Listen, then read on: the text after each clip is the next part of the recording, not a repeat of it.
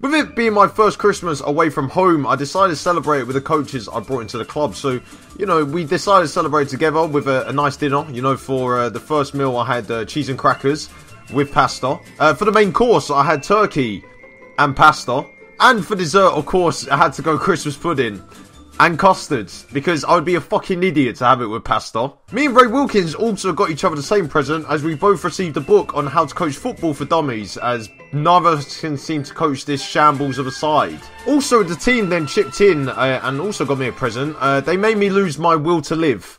So, let's just get on with the episode. In the last episode, we took on bottom of the table Cagliari just before the winter break and drew them 1-1, which was a disappointing result. Although I thought the results would get better after that result, they didn't. They were trash. And trash is an understatement. So yes, the recent results. We haven't actually scored a goal in 2018 yet. And before you notice, oh Proudy, it says you lost 2-1 to Napoli. Yeah, that was an own goal, which shouldn't have gone in anyway. It's pretty astonishing that that's the only goal we've technically scored in this calendar year. And in the last game against AC Milan, we were given a penalty in the 54th minute, which would have given us the lead had we put it away, but Memushai missed it, and then Fabio Barini scored 5 minutes later, and we lost the game 2-0. So this game's utter bollocks. And also, we are currently 17th in the league, so yes, there are 3 teams shitter than we are at the moment, because they can't win when we lose. It's astonishing stuff. I mean, I just wanted to ask the question, who the fuck am I impressing?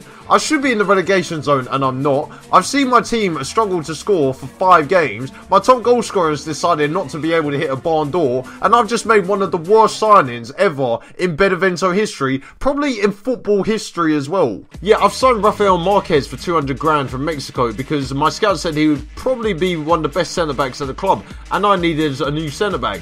I've signed him, and now my coach has said he's only good enough for the 3rd division. And he's one of my best paid players. And he probably works with the Mexican cartel, so now I'm funding them as well. Oh, and before we move on from the Rafael Marquez problem, I've realised I can't even register him. So now I'm paying 17 grand to a player who shouldn't be here, who I can't even play anyway. I've also fired the scout that actually recommended him to me, so I suppose you could say he had a nardy chance of staying. Jesus Christ, I'm going to have to get some new script writers. Also, I've decided to change the expectations for the season, so I've said we are going to be staying up this year. I hope I don't regret it in March. But the only reason I decided to change it is because I get more transfer budget, and now I can sign the player that I've tried to bring in anyway, but he wasn't available and now he is. And to solve our centre-back crisis, we've signed Yunus Kabul for the rest of the season on loan from Watford. I did try to sign him for about 1.5 million, but we didn't have enough transfer budget for it. But we do have enough transfer budget to bring him in on loan. So hopefully he doesn't get injured, because he's now technically my best player. And if you go to Ask Proudy, you can't even register Marquez, so how can you register Kabul? I've just sold my goalkeeper as well, and Marquez still isn't getting into the team. Well, Nicola on social media complained that the 2-0 defeat to Torino was like watching paint dry, it was that dull. And apparently after that comment, I've now been instilled as second favourite to get the England job after Gareth Southgate leaves. And before we move into the game against Lazio, I've been sent on a coaching course because apparently the board thinks that I don't know how to coach these players. And I still don't know how to speak Italian. It's been 6 episodes and I still can't speak it. But anyway, we move into our game against Lazio at home, and in order to try and get us some goals, I've made the formation more defensive. It makes sense. We've gone 5 at the back, and Yunus Kabul starts for the first ever time in the centre of the 3 with Costa and Ante. We've gone 3 across the middle with Cataldi, Chibsar and Memushai, making those 3 in midfield, and 2 up front with Massimo Koda, who has yet to score in about 7 months, and Patrick Gemello, who hasn't scored all season. And we actually can name 12 substitutes for the first time in about 5 months as well. Well, I'm not confident at all, let's put it that way. But we did draw Lazio 3-3 earlier this season, so that doesn't really mean anything, seeing as I haven't actually seen us score 1 goal this calendar year. Other than that own goal you probably saw earlier in the episode. But Lazio have gone 4-2-3-1. They do have Nani on the wing and Felipe Anderson, so they're guaranteed 2 goals apiece.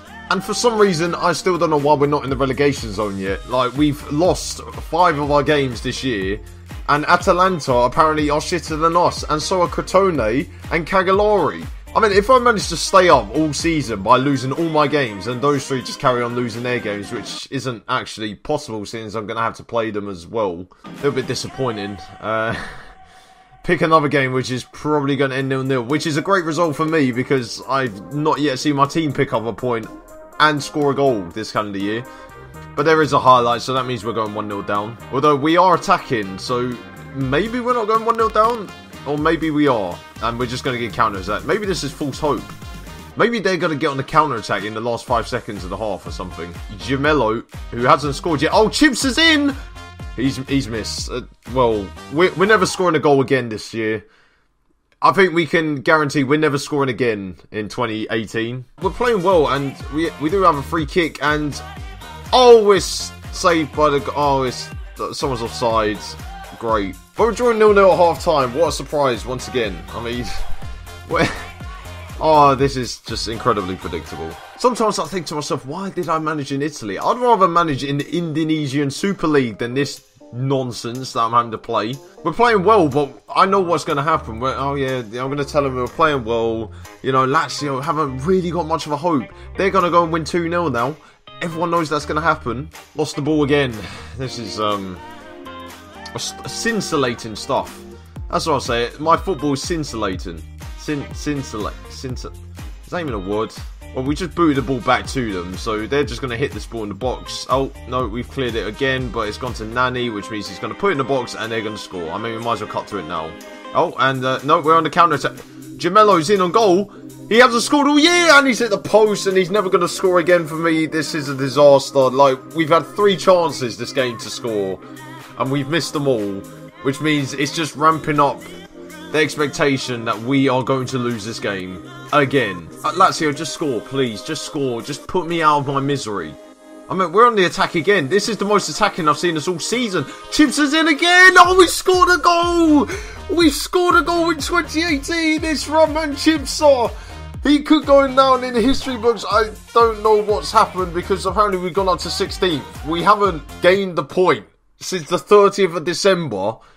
We're now in February, and yet we've gone up to 16th. This save makes so much sense. But Roman Chipsa has given us the lead. Incredible scenes here at the Benevento grounds, whatever the name is. I don't.